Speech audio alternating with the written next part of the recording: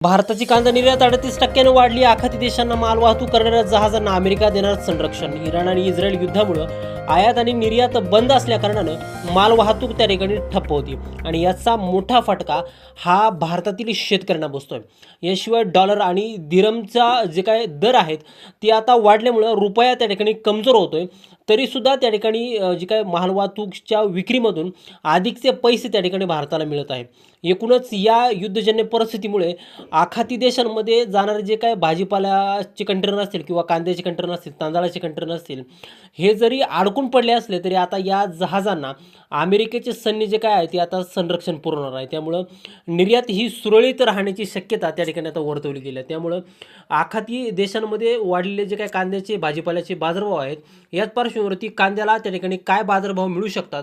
शिवाय त्या ठिकाणी आपण जर का बघितलं तर उन्हाळी कांद्याच्या विक्रीसाठी नेमका कधी त्या ठिकाणी ही विक्री करायची आहे, लाल कांद्याचा हंगाम नेमका काय म्हणतोय, तो संपत आला आहे की अजूनही लाल कांदा बाकी आहे. याशिवाय त्या ठिकाणी काही कंटेनर अजून बंदरात अडकले असले तरी या सर्व गोष्टींचा संपूर्ण बाजारभावावरती काय परिणाम होणार आहे याविषयी सविस्तर अपडेट व्हिडिओच्या माध्यमातून जाणून घेणार तुम्ही व्हिडिओ अगदी शेवटपर्यंत काळजीपूर्वक चॅनलवरती जर नवीन असेल चॅनल सबस्क्राईब देखील करा. शेतकरी बंधूंनो, कांद्याचे जे बाजारभाव असतात ते बऱ्यापैकी त्या ठिकाणी कांद्याची निर्यात किती होते आणि त्यामुळं परकीय चलन राज्यामध्ये परिणामी देशामध्ये किती येते यावरती अवलंबून असतात. दुसरीकडे आपण जर का बघितलं तर या आर्थिक वर्षामध्ये त्या ठिकाणी कांद्याच्या निर्यातीमध्ये तब्बल 38% वाढ झालेली आहे आणि याचा अर्थ असा म्हणजे भारताचा जो काय कांदा आहे तो आंतरराष्ट्रीय बाजारपेठेमध्ये या कांद्याला चांगली मागणी आहे. विशेष करून युद्धाच्या पार्श्वभूमीवर देखील ह्या कांद्याला, भारताच्या कांद्याला आखाती देशांकडून मागणी आता वाढलेली आहे. कारण आखाती देशांमध्ये कांद्याची टंचाई त्या ठिकाणी आता निर्माण झालेली आहे. दुसरीकडे आपण जर का बघितलं तर डॉलरच्या तुलनेमध्ये रुपयाची जी काही किंमत आहे ती आता कमी झाल्यामुळे निर्यातदारांना विक्रीतून अधिक रुपये मिळतील. म्हणजेच निर्यातीत कदाचित किमतीमध्ये जर का बदल जर असला तरी परतावा त्या ठिकाणी टिकून आहे, ज्यामुळे शेतकरी आणि व्यापाऱ्यांना आर्थिक दृष्टिकोनातून मोठ्या प्रमाणात त्या ठिकाणी फायदा होतो. हे आर्थिक घडामोडीचं एक महत्त्वाचं उदाहरण आहे, ज्यामुळे निर्यातदारांना जागतिक चलनवाढीच्या काळातही त्या ठिकाणी स्थिर नफा मिळू शकतो. जर का आपण बघितलं तर इराणच्या कंट्रोलमध्ये येणारी होर्मुझची जी काही खाडी आहे ती आता युद्धामुळे बंद केल्याने समुद्री वाहतुकीस त्या ठिकाणी धोका निर्माण झाला आहे. मात्र डोनाल्ड ट्रम्प यांनी जहाजांच्या संरक्षणासाठी विमा योजना आणि संरक्षण देण्याची घोषणा केल्यामुळे निर्यातदारांना मोठा दिलासा त्या ठिकाणी मिळाला आहे आणि हे निर्णय जागतिक व्यापार सुरळीत ठेवण्यास त्या ठिकाणी मदत करतील आणि निर्यातदारांचे धोके देखील त्या ठिकाणी कमी करतील. दुसरीकडे आपण जर का बघितलं तर जवळपास त्या ठिकाणी जे कांद्याचे कंटेनर आहेत ते आता बंदरामध्ये अडकले असले तरी याचा जो काय बाजारभावावरती परिणाम आहे तो आता मर्यादित असेल.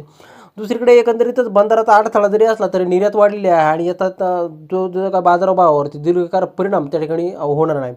त्यामुळे अफवा आणि चुकीच्या माहितीवरती विश्वास ठेवण्यापेक्षा जी काय आकडेवारी ती देखील आपण त्या ठिकाणी लक्षात घेतली पाहिजे.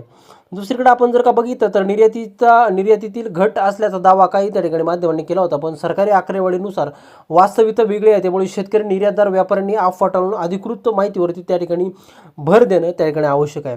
दुसरीकडे आपण जर का बघितलं तर आता लाल कांद्याचा जो काय हंगाम आहे तो आता संपत आलेला असून उन्हाळी कांद्याची विक्री देखील त्या ठिकाणी सध्याला सुरू झालेली आहे.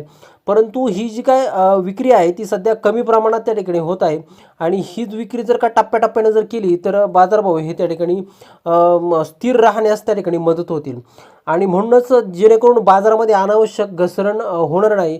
कारण की बाजारामध्ये जर आवक जर जास्त जर आली नाही तर ही जी काय कांद्याच्या दराबाबतची घसरण आहे ती अधिकची होणार नाही आणि पुढील हंगामामध्ये जी काय निर्यात आहे ती सुद्धा त्या ठिकाणी सुरळीत होण्यास मदत होईल. दुसरीकडं आता निर्यातीत झालेली जी काय मोठी वाढ आहे ती आता स्थानिक अर्थव्यवस्थेसाठी एक सकारात्मक आहे आणि यामुळे शेतकऱ्यांचं उत्पन्न देखील वाढेल, निर्यातदारांच्या व्यवसायाला चालना मिळेल आणि देशातील कृषी उत्पादनांच्या गुणवत्तेची ओळख देखील जागतिक स्तरावरती होऊ शकते. तसंच निर्यात धोरणामध्ये सुधारणा आणि जागतिक बाजारपेठेतील बदलांसाठी सुद्धा भारत सरकारची तयारी असणं त्या ठिकाणी आता आवश्यक आहे. या सर्व मुद्द्यावरून स्पष्ट होतं की भारतातील कांद्याच्या निर्यातीचा जो काही व्यवसाय आहे तो सध्याची जागतिक परिस्थिती त्या ठिकाणी अजूनही मजबूत आहे.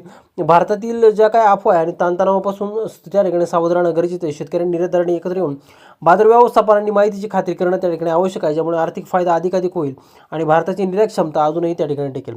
त्यामुळे शेतकरी मित्रांनो, जर तुमच्याकडे जर कांद्याचा साठा अजूनही शिल्लक असेल किंवा तुमचा उन्हाळा कांदा त्या ठिकाणी मार्केटमध्ये येणार असेल तर कांद्याची जी काही विक्री ती टप्प्याटप्प्यानं जर केली तर सर्व शेतकऱ्यांना कांद्याचे बाजारभाव त्या ठिकाणी मिळतील.